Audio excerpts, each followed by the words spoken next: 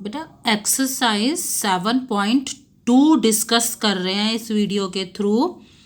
और इससे जस्ट पहले मैंने गूगल मीट पर भी थ्योरम भी बताई थी। Angles opposite to equal sides of isosceles triangle are also equal. अब हिंदी में सरल शब्दों में कहें कि यदि एक ट्राइंगल में दो साइड्स बराबर होती हैं तो उसके अपोजिट के दो एंगल भी बराबर होते हैं। तो हमें क्या बात याद रखनी है कि यदि किसी ट्राइंगल में दो साइड बराबर दी हुई होंगी तो हम कहेंगे इसके दो एंगल भी बराबर हैं। और जिन बच्चों ने ना वर्कशीट की भी मैंने एक वीडियो बनाई थी, वर्कशीट 26 की, उसमें मैंने बहुत एक्सप्लेन में बताया है कि यदि साइड्स इक्वल होती हैं, दो साइड्स, तो कौन से दो एंगल इक्वल होते हैं, और उसका वाइस वर्सा कि यदि किसी त्रिभुज में दो एंगल बराबर होते हैं तो उसकी दो लाइंस भी बराबर होती हैं। नटशेल हम क्या कह लें, यदि किसी ट्राइंगल की दो लाइनें बराबर हैं तो उसके दो एंगल बराबर होंगे, और यदि किसी ट्राइंगल में दो एंगल बराबर हैं तो जरूर उसकी दो लाइनें भी कोई दो लाइनें सेम मेजरमेंट की होंगी। तो मेरी बात अब समझ में आ गई।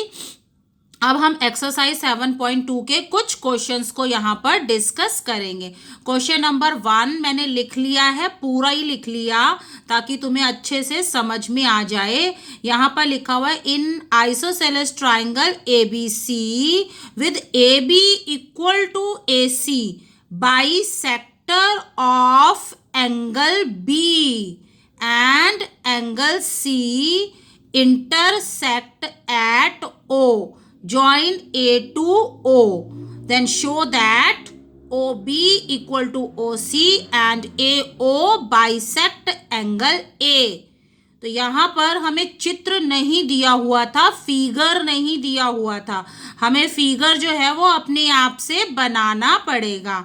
तो फिगर बनाने के लिए हमने क्या किया, त्रिभुज ट्राइंगल ABC बनाया, और उसमें क्या मालूम है, AB इक्वल टू AC, इसलिए मैंने AB और AC पर ना ऐसा एक मार्क लगा दिया।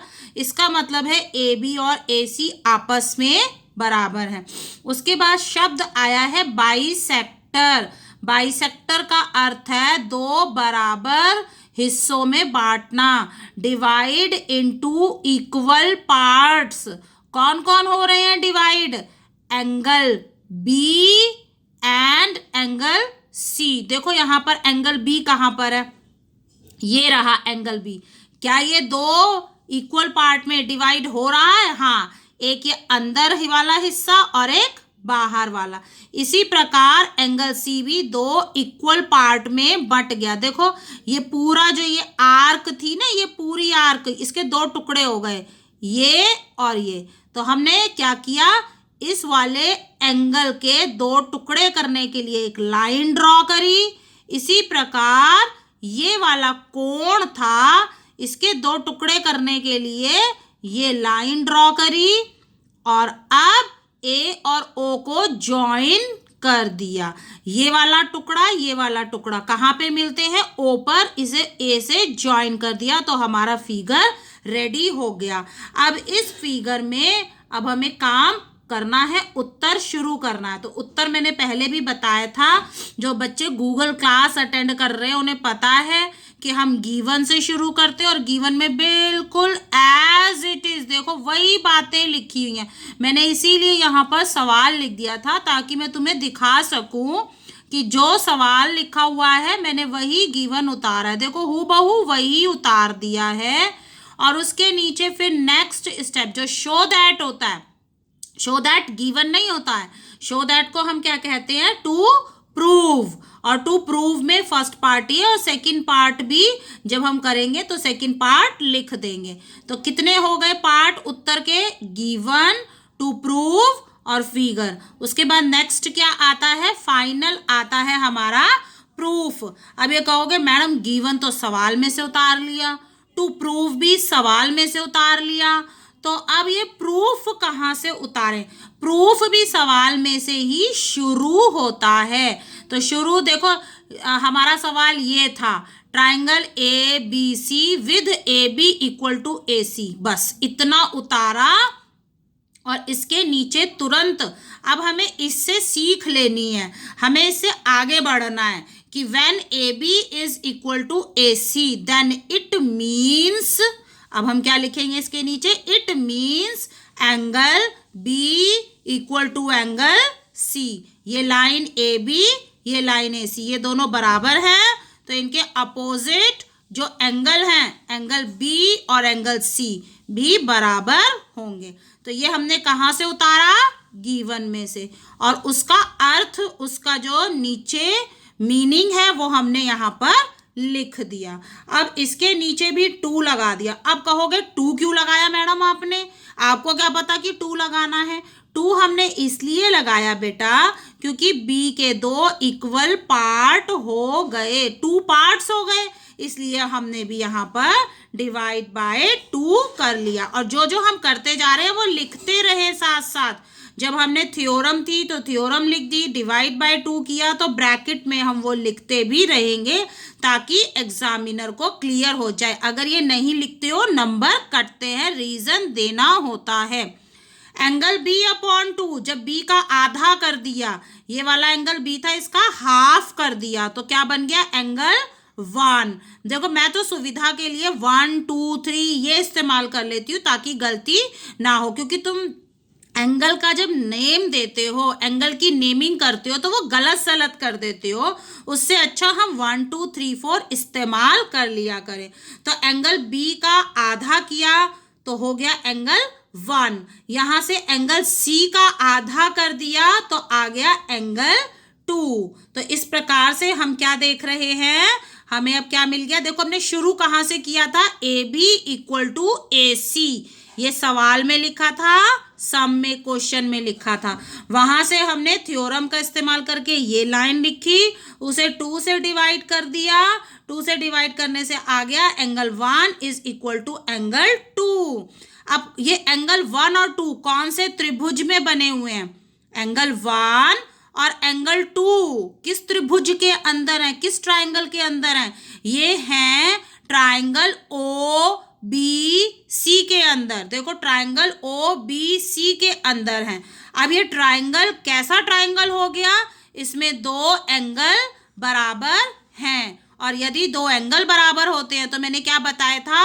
2 sides are also equal. It means कि ये कौन सी 2 side? O B equal to O C होगी। तो इसीलिए हमने यहाँ लिख दिया O B is equal to O C B होगी। और इसे यहाँ ब्रैकेट में क्या लिखेंगे? By theorem. कौन सी वाली थ्योरम थी? जो हमने 7.2 थ्योरम की थी। Angle opposite to equal sides of isosceles triangle are also equal.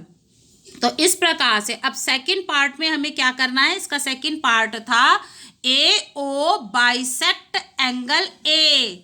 ए ओ, अब ए ओ को देखो, ये ए ओ जा रही है और ये ए ओ जैसे ओ बी किसके टुकड़े कर रही थी? एंगल बी के। ओ सी लाइन किसके टुकड़े कर रही थी? एंगल सी के। इसी प्रकार ए ओ किसके टुकड़े कर रही है? कोण ए के।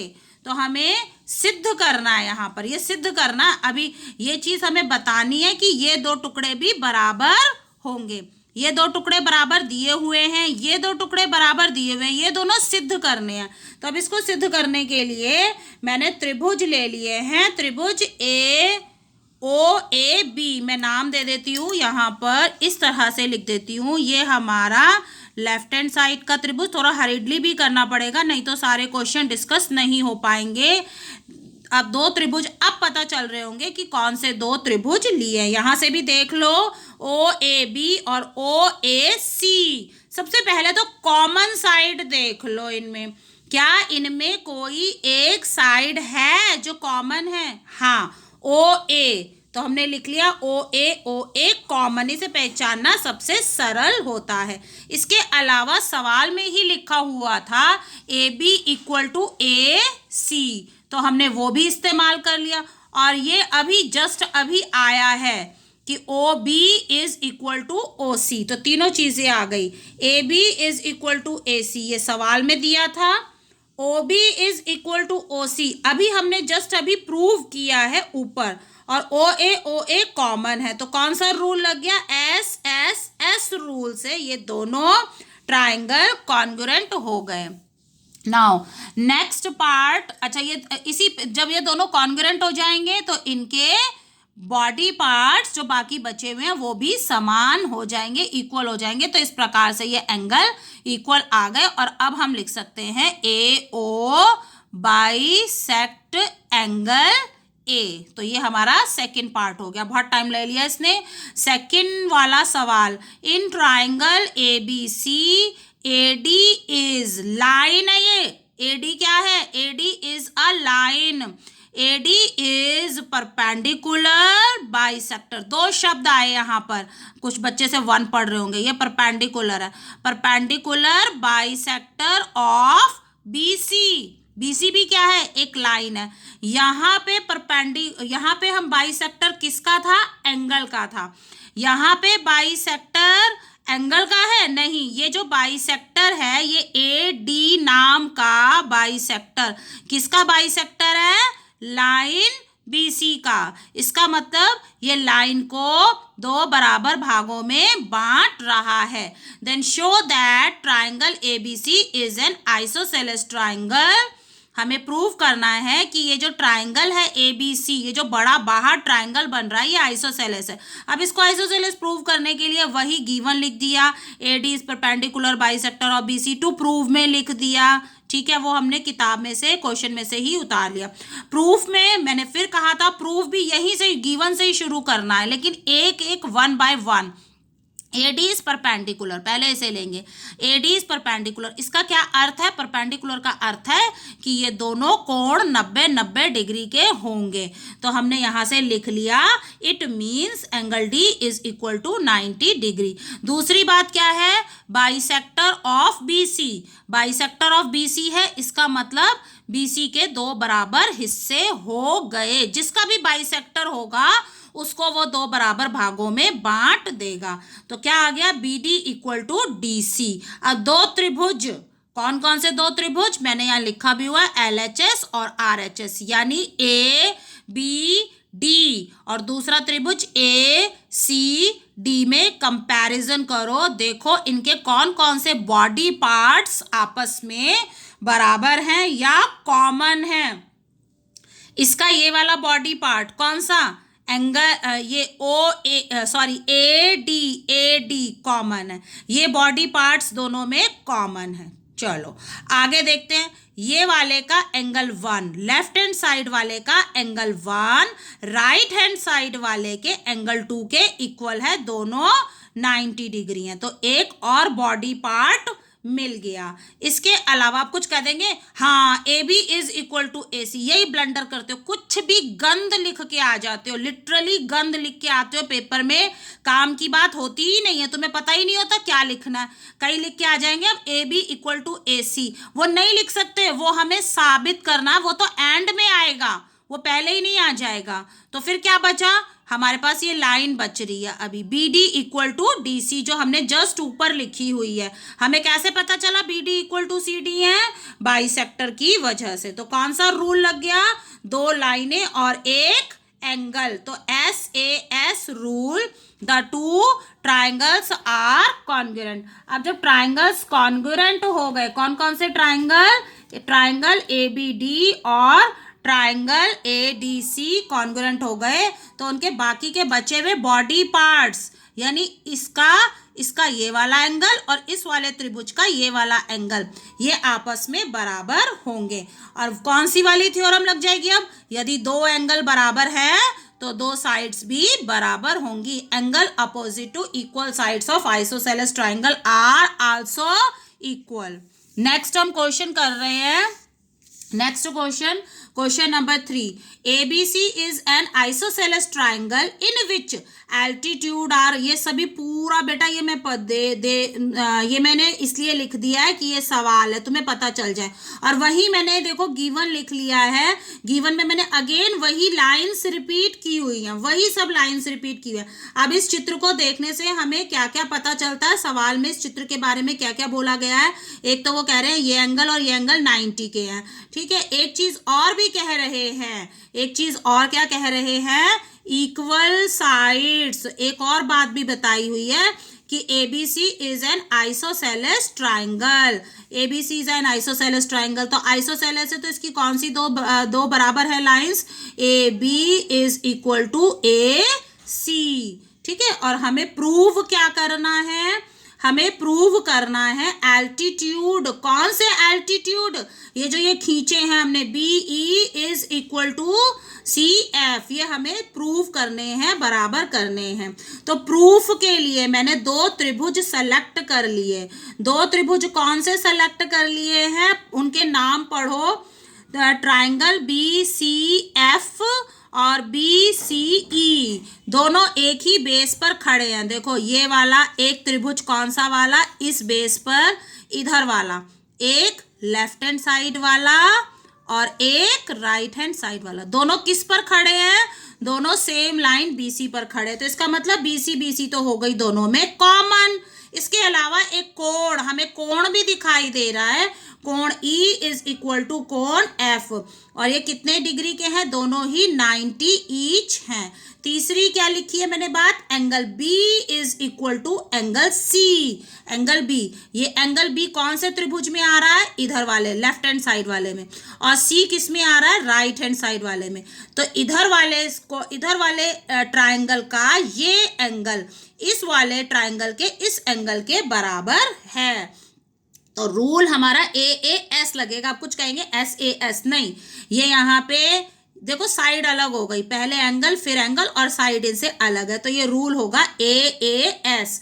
Bye AAS rule these two triangles are congruent. अब कॉन्ग्रुएंट होते ही अब इनकी एक और भुजा, देखो ये वाली भुजा, ये किस में है, ये इधर वाले ट्राइंगल में है, BCF में है, और ये BE किस में है, BCE में है। क्या ये दोनों बराबर होंगे, इस वाले त्रिभुज का ये वाली लंबाई और इस वाले त्रिभुज की ये लंबाई आपस में बराबर हो जाएंगी बाय CP/CT।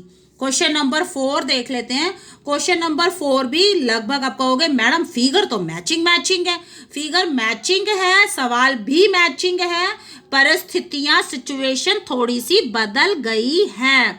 वहां पर जो बड़ा त्रिभुज था, ये जो बाहर वाला त्रिभुज था, आइसोसेलेस दिया हुआ था, और इसलिए हमने क्या लिखा था कि ये एंगल और ये एंगल बराबर हैं। लेकिन इस वाले सवाल में अब पलट करके क्या बता दिया गया है कि यहाँ पर हमें ये नहीं पता AB is not equal to AC, हमें नहीं पता बराबर है या नहीं है, बल्कि हमें ये करनी है बराबर।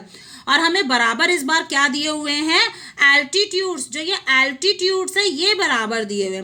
ये चित्र है, इस चित्र में ये कोण 90 डिग्री का है और एल्टीट्यूड बराबर दिए हुए हैं। अब बोलोगे कहाँ बराबर दिए, ये रहे देखो, ये लिखे हुए हैं बराबर।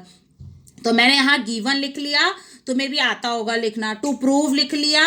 अब हमें प्रूफ करना है, तो प्रूफ मैंने कहाँ से शुरू किया, प्रूफ भी गिवन से ही शुरू करते हैं। गिवन में क्या लिखा हुआ था, BE इक्वल टू CF, और एक चीज हमने और नोट की है, angle E is equal to F is equal to 90 degree, angle E equal to F equal to 90 degree, BE equal to CF, ये दोनों ही बातें किसमें थी, ये दोनों ही बातें सवाल में लिखी हुई थी। इसके अलावा जो ये त्रिभुज है, मैंने जो त्रिभुज सेलेक्ट किए, कौन से त्रिभुज, ABE, अब की ऊपर वाले त्रिभुज सेलेक्ट किए हैं। देखो यहाँ पर ये वाले जिन्हें हम डार्क कर रहे हैं, एक ये वाला और एक ये वाला, ठीक है, तुम भी देख लेना। तो यहाँ पर इन दोनों में एक एंगल है जो कॉमन है, एंगल A कॉमन। तो बाय AAS रूल दोनों ट्राइंगल कॉन्ग्रुएंट हो गए। सेकंड पार्ट में हमें क्या दिखाना था, ABC इज आइसोसेलेस। तो जब आइसोसेलेस, अब ये क्या हमने अभी क्या प्रूव किए थे, ABE triangle is congruent to triangle ACF। तो उनकी जो कौन से कोण बराबर इनमें आ रही है ना, साइड ABAC। देखो इधर वाले में साइड आ रही है AB और इस वाले में साइड आ रही है AC, तो ये बाय CPCT हो जाएगा। ये तो ऐसे ही हो जाएगा बाय CPCT। जब हमने पहला प्रूव कर लिया उसका CPCT लिख करके सेकंड आ गया। Now question number 5। Question number 5 में मैंने एक एक्स्ट्रा कंस्ट्रक्शन कर दी है, यहां पर मिला दिया। अब ये कहोगे आपको क्या पता चल रहा है मैडम कि कंस्ट्रक्शन करनी है, कंस्ट्रक्शन हमें तो नहीं दिखाई दे रही कंस्ट्रक्शन, या कंस्ट्रक्शन का पता कैसे चलता है, मैं अभी बता देती हूँ। वहां पर लिखा हुआ है ABC एंड DBC, एक ऊपर वाला त्रिभुज और एक नीचे वाला त्रिभुज आइसोसेलेस है। दोनों आइसोसेलेस है, ऊपर वाला भी आइसोसेलेस है, नीचे वाला भी। आइसोसेलेस का मतलब क्या होता है, टू इक्वल साइड, यानी ऊपर वाले की ये दो लाइनें आपस में बराबर हैं। इसी प्रकार नीचे वाले की ये दो लाइनें आपस में बराबर हैं। अब तुम कहोगे कि मैडम कॉन्ग्रुएंट करने हैं, तो कॉन्ग्रुएंट हम ऊपर वाले को और नीचे वाले को कर लेते हैं कि ऊपर वाला त्रिभुज ले ले ABC और एक नीचे वाला ले ले DBC, ऐसा ले लेते हैं। तो वहां पर बात नहीं बनेगी। ऊपर वाले त्रिभुज की साइड क्या आपस में करेंगे, नहीं, एक त्रिभुज एक में से और एक हम बॉडी पार्ट लेते हैं दूसरे में से, तो इसकी तो आपस में अपने साथ मैचिंग है, तो ये तो नहीं चलेगा। इसीलिए मुझे समझ में आया कि ऐसे बांट दूं तो कौन से हो गए, लेफ्ट हैंड साइड और राइट हैंड साइड। अब साफ दिख रहा है, लेफ्ट हैंड साइड वाले त्रिभुज ABD में देखो line AB is equal to इधर वाले की लाइन AC। अब आ गया है ना, AB is equal to AC। इस वाले त्रिभुज, कौन से वाले, ये जिसे मैं अब डार्क कर रही हूं, इस वाले की एक ये लाइन इस वाले की एक लाइन के बराबर है। इसी प्रकार ये जो BD है इधर वाले की इसके CD के बराबर है। ये भी हमें गिवन इन सम दिया हुआ है। और एक साइड हम देख रहे हैं कॉमन है, AD कॉमन, तो by SS rule triangle ABD congruent to triangle ACD।